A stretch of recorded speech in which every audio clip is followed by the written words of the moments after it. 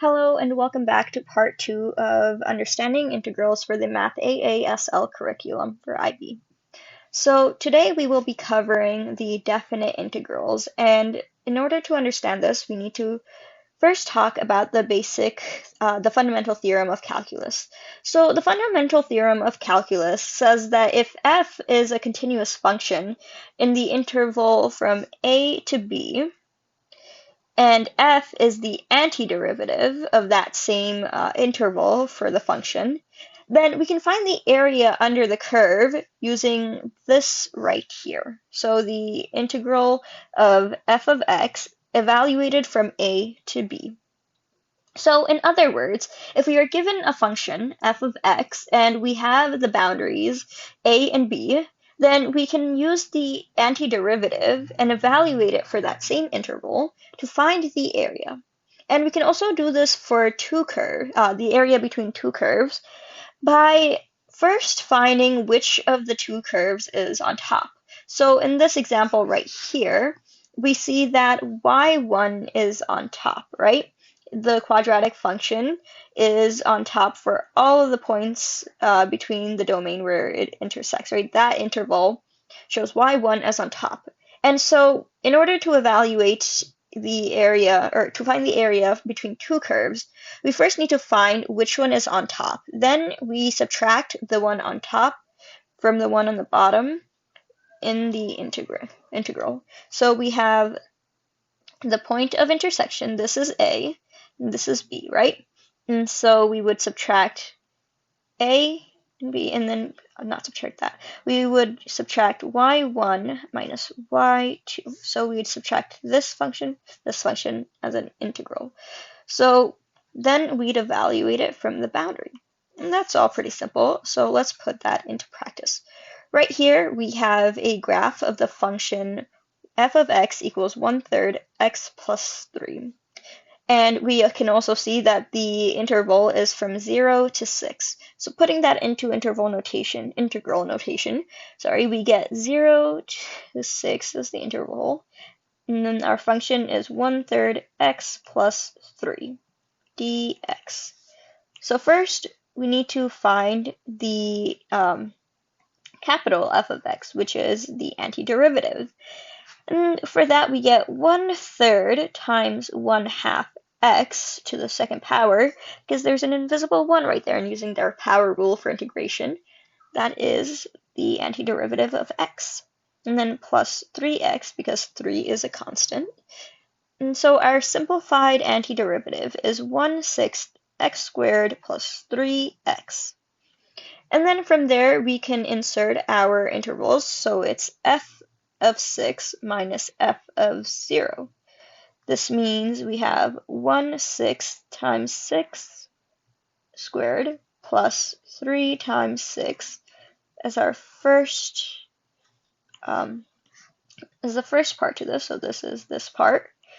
And then we subtract it all from f of 0, which is 1/6 0 squared plus 3 times 0. I've run out of space. But yeah, so that is this part. So from there, we can just evaluate. So 6 squared is 36, divided by 6, that's again 6. And then 3 times 6 is 18. 1/6 times 0 squared is 0, plus 3 times 0 is 0, minus 0. So this gives us a grand total of 27. And if we were to show this on our graph, we could do that. So we have two shapes right here. We have a height, or a length of 6 and a height of 3 right here for 18. And then we have a length of 6 and a height of 2, which is 12 divided by 2 is 6. And then this again leaves us with 27, just as a proof for the mathematical version of this. So while we can do it using our graph, we won't always necessarily have a linear function, nor will we have a graph. So it's much easier to have an equation that always works, or a method that always works, rather. So this is one such equation where we aren't given a graph. So rather than trying to make a graph, what we can do is first find the derivative, right? So f of x equals 1/2 x squared minus 2x. That is our integral. And then from there, we can evaluate it from f of 3, subtract it from f of 0. And that will look like this right here. 1/2 times 3 squared minus 2 times 3. That's our first equation. Minus 1/2 0 squared minus 2 times 0. Like before, everything here just equals to 0. Not really necessary. And then over here we have 1/2 times 3 squared. So that will be 9/2 minus 2 times 3, which is 6. But since 9 is over 2, we can make this over 2 as well for simplicity's sake. And then if we evaluate this further, we get negative 3/2. And that is our area. And you may be asking how the area can be negative, but it makes sense because if our graph is like this, and most of the space in the graph is down here, that is negative, right? That is the negative portion of the graph, and so the overall area would be negative as well. So let's try another practice question. So this one says that this one asks us to find the area under the curve of 1/t from 2 to 6. So a equals 2, b equals 6, and our function is 1/t.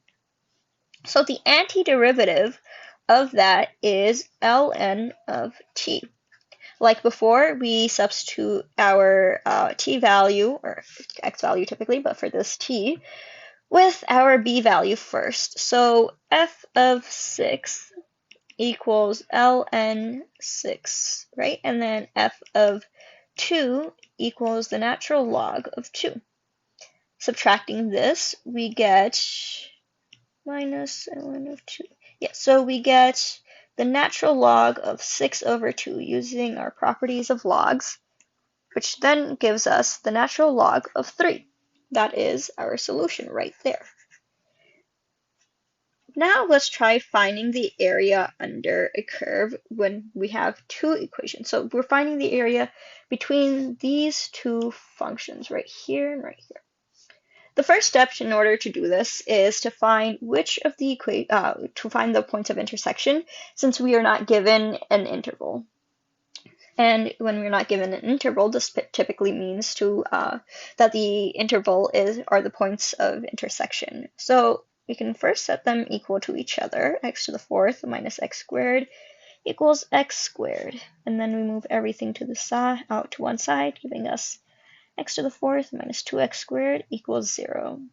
And then we simplify this. Squared minus 2x, not 2. 2 equals 0. Therefore, x equals 0 and the square root of 2. Now, typically this would be plus or minus right here, but for this specific equation, we are focusing on the right side of the graph, so it will be a positive square root of 2. Then after that, we can put the equation into interval notation. So we know a equals 0, b equals the square root of 2, and what is f of x then? So we have two functions, right? But we're not really sure what to do with it. This is where our fundamental theorem comes in handy. So it says when finding the area between two curves, then we can do so by subtracting y1 from y2. So let's see, which equation here would be y1? In order to find that out, we would need to graph it. And if we do so, we will find that x squared is on top for this given range. So we would have x squared minus x to the fourth minus x squared, which simplifies to negative x to the fourth plus x squared 2x squared, sorry. And now we can put that all into integral notation. So 0 to square root of 2 times of the integrand x squared, sorry, negative x to the fourth plus 2x squared dx. So then we put our f of x equals negative 1/5 x squared, not x squared, sorry, x to the fifth plus 2 times 1 over 2 plus 1, which is 3, x to the 2 plus 1, which is again 3. And then we have negative 1/5 x to the fifth plus 2/3 x to the third. Just like before, we'll insert our domains. So we get negative 1/5 square root of 2 to the fifth power plus 2/3 square root of 2 to the third power. And then we need to subtract all of that from negative 1/5 0 to the fifth power plus 2/3 0 to the third power. And then, like before, this all just cancels to 0. And we're left with this side. So this can be simplified to negative 1/5 square root of 2 to the fifth power plus 2/3 square root of 2 to the third power. This is where our graphic display calculator comes in handy. And if we put this into the calculator, we will get the answer 0.75, let's just 0.754. So that is our area, 0.754. So now we have the equations y equals sine x cosine x and y equals sine x. And the interval is from 0 to pi. Unlike the previous equations, right here we have trigonometric equations. And this isn't much different from the typical equations, typical problems like we had here. So we can follow the same steps. First, we know our a value is 0, our b value is pi, and the function f of x will be, first we need to find which equation is y2. If we put this on our graphic display calculator, we will see that y equals sine x is on top for the given interval. So that will be first. So the function is sine x minus sine x cosine x. In integral notation, this would be 0 pi sine x minus sine x cosine x, all with respect to dx. Like before, our first step will be to find the antiderivative of this equation. The antiderivative of sine x is negative cosine x. And then the antiderivative of sine x cosine x is 1/2 sine squared x. We can prove this by using u substitution. So if we let u equal sine x, then d of u will equal cosine x dx. And what does this look like right here? Well, it looks like the same thing right there. So we can replace du, we can replace this part with du and this part with u. So we get integral of u du. Our basic integration rules will tell us that the integration of u will be 1/2 u squared. If we replace u with our original value for u, we get 1/2 sine squared x. Simple enough. And then we can continue with our problem. We have the antiderivative right here. So from there, we need to substitute our intervals. First, we have f of pi, which equals negative cosine pi minus 1/2 sine squared pi.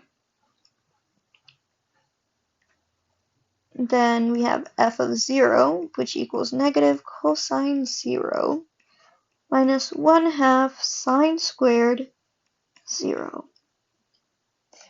Evaluating this, we can get negative cosine of pi, which is equal to 1, because cosine of pi is negative 1 times negative is 1. And then negative 1/2 sine squared pi is 0, so we don't really need to add it. And then negative cosine of 0 is negative 1. The value of negative 1/2 sine squared 0 is again 0, so we do not need to add that. And then simplifying this, we get 2. So our area for this between these two curves will be 2. This is a rather simple simple problem for this type of concept, but the general idea remains the same for everything. So let's review what we covered today. First, we covered the fundamental theorem of calculus, which states that when f is a continuous function between an interval a to b, and we have the antiderivative, which is capital F, then we can use this notation right here. We can use this to find the area under the curve. And this is what we see right there. So we have our interval a to b, and we have our function. The integral of that function will give us the area under the curve. This remains the same when we have two curves. So we find the area between the curves by first finding which one is on top. So when they are both continuous functions and there are no gaps between the two, we can find the points of intersection, or you can use the domain they give. First, we find which one is y1 and which one is y2. We subtract them as integrals, and we solve for it in the given interval. So we do the steps the same as we did right here. And that is all for understanding definite integrals. I hope this helped you on the Math AASL curriculum, and good luck!